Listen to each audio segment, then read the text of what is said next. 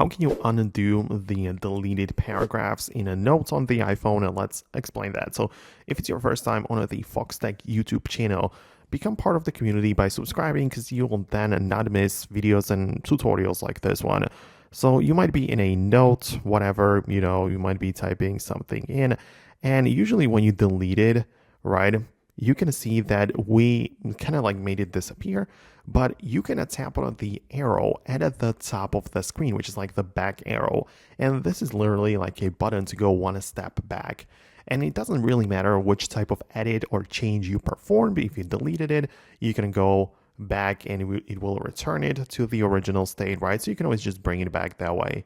So that's how it works. It's pretty simple this way, so you can literally do it like that. Or you can also just shake your iPhone to undo the thing. So you can undo the typing, right? And that's like a nice way, because no matter where you are, you can usually just shake your phone and it will undo the changes, right? So that would be a nice way to do that. And if you don't have the shake to undo feature enabled, you can also go to the settings, accessibility, and then check out the touch section, and in there you can literally find the toggle to shake to undo, and it will literally get the job done. So it's just one toggle and it can be found right there in the settings. So let me know what you think about that below in the comments. Most definitely subscribe for more tutorials and videos like this one, and I'll see you later in the upcoming videos as well.